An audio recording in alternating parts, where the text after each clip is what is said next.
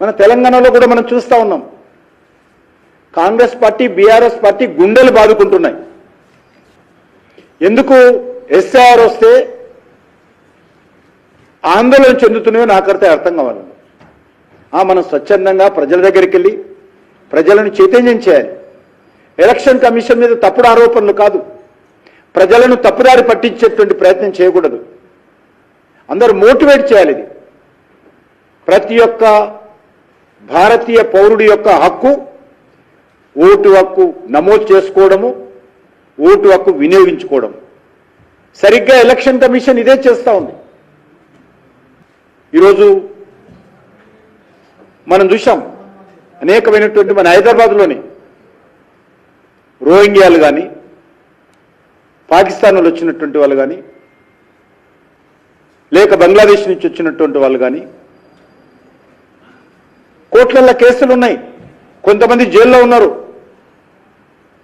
వాళ్ళు ఓటు హక్కు ID card ఉంది, ఆధార్ కార్డు ఉంది, రేషన్ కార్డు ఉంది, కొంతమందికి బ్యాంకు లోన్లు తీసుకున్నారు. దాని గురించి మాట్లాడారు.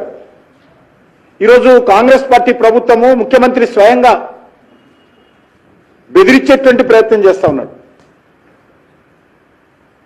మొన్న ఒక ముస్లింల సమావేశం పెట్టి మీరు జాగ్రత్తలు తీసుకోకపోతే మీ ఓట్లన్నీ పోతాయి,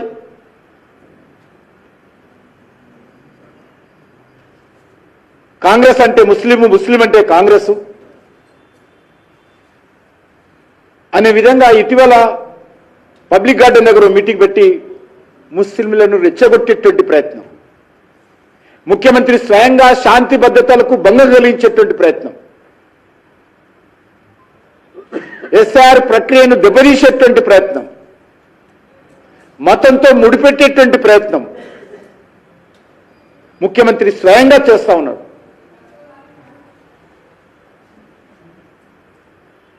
నేను ఒక్కటే అడుగుతా ఉన్నాను, హైదరాబాదులో అనేకమైనటువంటి బస్తీలలో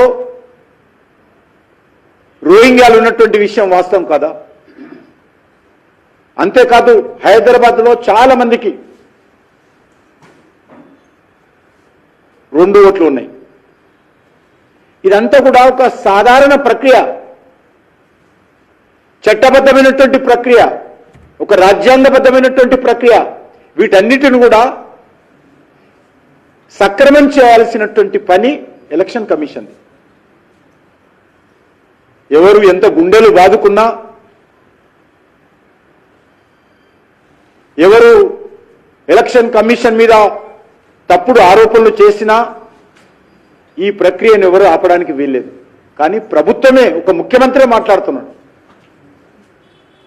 ఏమన్నా నరేంద్ర మోడీ గారు లేకపోతే ఎలక్షన్ బీజేపీని అంటాడు, అంట భారతీయ జనతా పార్టీ కేంద్ర ప్రభుత్వము ఓట్లు తీయడం కోసం ప్రయత్నం చేస్తుందని మాట్లాడుతున్నాడు.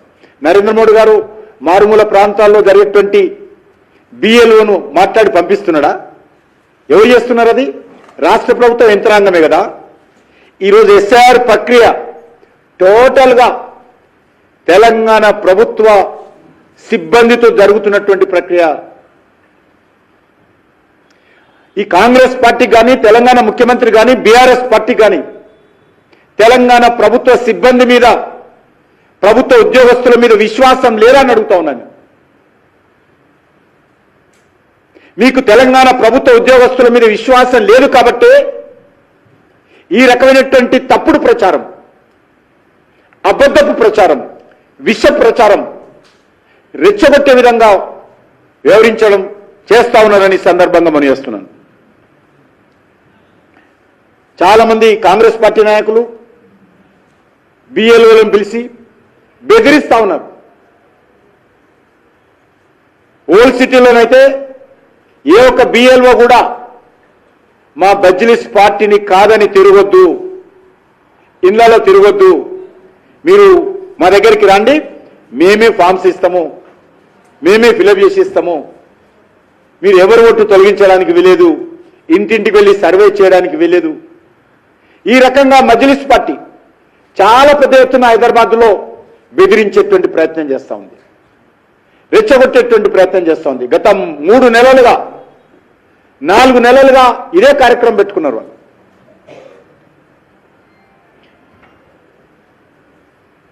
దీనికి కాంగ్రెస్ పార్టీ, బీఆర్ఎస్ పార్టీ పూర్తిగా సహకరిస్తూ ఉన్నారు. మజ్లిస్ పార్టీ కనుసైగల్లో ఎస్ఆర్ ప్రక్రియ జరగాలనుకుంటే కుదరని మనం చేస్తా ఉన్నాం. మజ్లిస్ పార్టీ కనుసైగలతో రాష్ట్ర ప్రభుత్వము ఉద్యోగస్తులను బెదిరిస్తే భారతీయ జనతా పార్టీ ఉద్యోగులకు అండగా నిలబడుతుందని మనం చేస్తా ఉన్నాం. ఉద్యోగస్తులను బెదిరిస్తే ఏ ఒక్క ఉద్యోగి కూడా భయపడకూడదని కూడా విజ్ఞప్తి చేస్తా ఉన్నాను. అది ఎమ్మెల్యేలు కావచ్చు, మంత్రులు కావచ్చు, ముఖ్యమంత్రి గారు కావచ్చు, ఎవరు బెదిరించినా కూడా మీ విద్యుత్ ధర్మాన్ని మీరు నిర్వర్తించండి, మిమ్మల్ని ఎవ్వరూ ఏమీ చేయలేరు, మీకు అండగా తెలంగాణ ప్రజలు ఉంటారు, భారతీయ జనతా పార్టీ ఉంటుందనే విషయాన్ని ఈ సందర్భంగా మనం చేస్తున్నాం. దీన్ని బట్టి చూస్తే అర్థమవుతుంది. ప్రతిసారి కూడా ఎంఐఎం పార్టీ యొక్క మద్దతు కోసం కాంగ్రెస్ పార్టీ, బీఆర్ఎస్ పార్టీ ఎంతకు దిగజారుతున్నారో మనం చూస్తా ఉన్నాం. బీఆర్ఎస్ పార్టీ అధికారం ఉన్న రోజులు అదే విధంగా వివరించారు. కాంగ్రెస్ పార్టీ అధికారంలో రాగానే కాంగ్రెస్ అంటే ముస్లిం, ముస్లిం అంటే కాంగ్రెస్, నా పేరు రేవంత్ ఉద్దీన్, ఈ రకంగా దిగజారి మాట్లాడి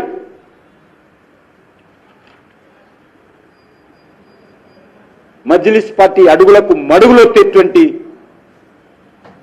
దివాలా కోరు చర్యలకు ఈరోజు పాల్పడతా ఉన్నారు.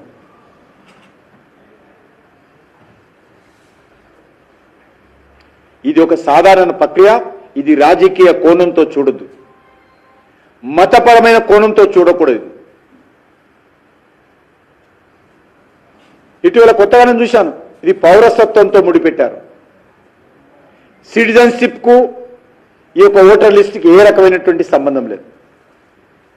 అంతేకాదు, ఓటర్ల దగ్గరికి వెళ్ళి మీ ఓటు హైదరాబాద్లో ఉంటే గ్రామాలలో మీకు పెన్షన్ రాదు, మీ ఓటు హైదరాబాద్లో ఉంటే గ్రామాలలో మీ రేషన్ కార్డు ఉండదు, మీ ఓటు హైదరాబాద్లో ఉంటే గ్రామాలలో మీ పేరు మీద ఉన్నటువంటి భూమి పోతుంది,